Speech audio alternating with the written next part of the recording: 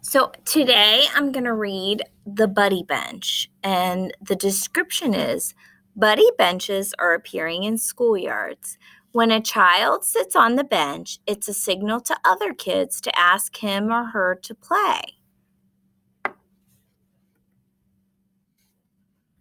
Class dismissed, called Miss Mellon when the recess bell rang. Her students ran out, one loud, happy gang. They didn't waste time. Recess was too short. They started right in with their games and their sport. Some boys climbed a mound, playing King of the Hill, but though he stood near, no one noticed Will. Molly said to Brienne, "Let's play Follow the Leader." They walked right by Emma, but just didn't see her. And they weren't trying to be mean, they just weren't paying attention. As Cooper watched hide and seek from a tree, he thought to himself, "Why does no one ask me?" Three kids played soldier with make believe fort as Sloane looked on from the basketball court. Seven kids were clowns and they acted quite silly. They paraded right past, but no one saw Lily. Jerome watched four kids playing blind man's bluff. "Why can't they see me? Aren't I big enough?" Three boys played with kites that flew high in the air, while Gabe sat and wondered, "Doesn't anyone care?" Then one dancing kite dropped out of the sky, and when Jake went to find it, Gabe held it up high. "Want to join us?" Jake asked. "Before recess is done?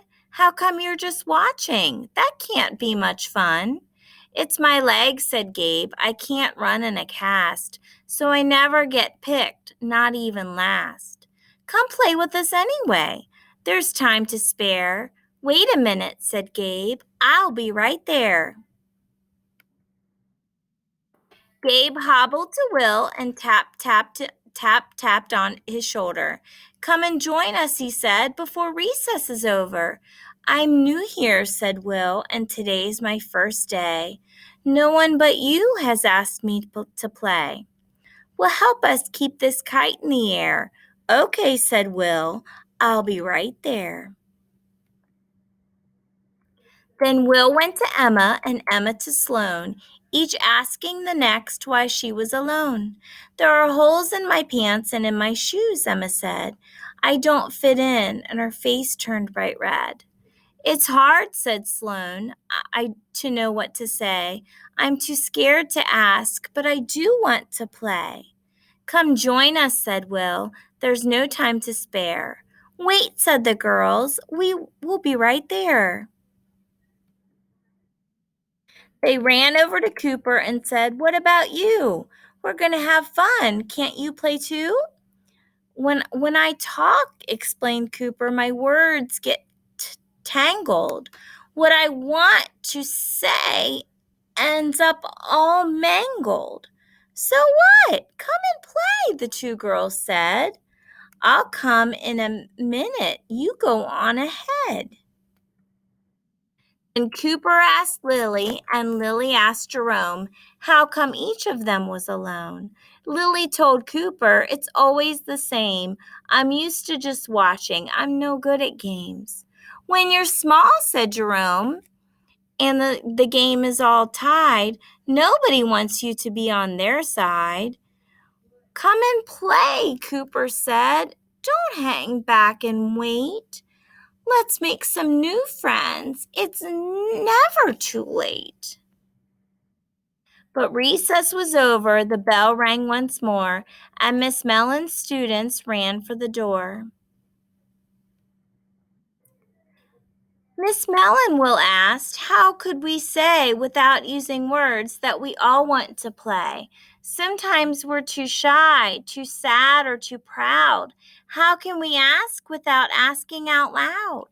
Miss Mellon said, "What you need is a seat to wait for a friend or a buddy to meet." "A buddy bench," Miss Mellon's class all agreed. And well, Make it ourselves, Cooper decreed.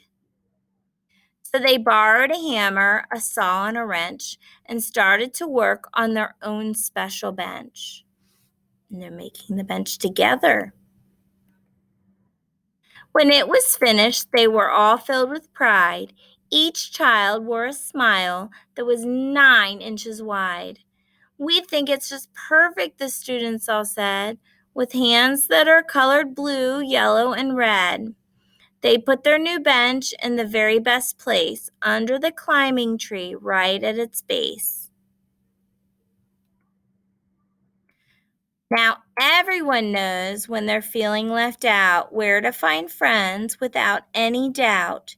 And the words on the bench that they made on their own say buddy bench, nobody alone. See, and then when they want to play, they sit on the bench. And this is about buddy benches.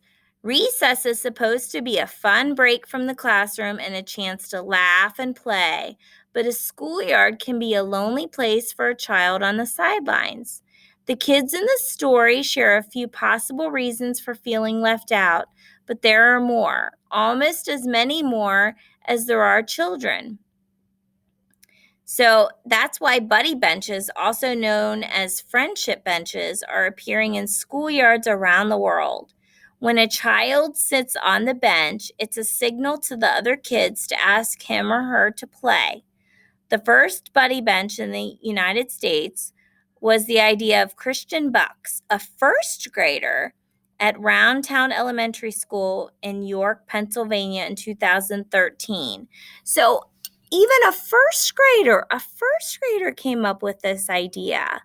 So whenever you think someone is being left out, invite them to play. You don't know why they aren't asking if they can. So I will see you later.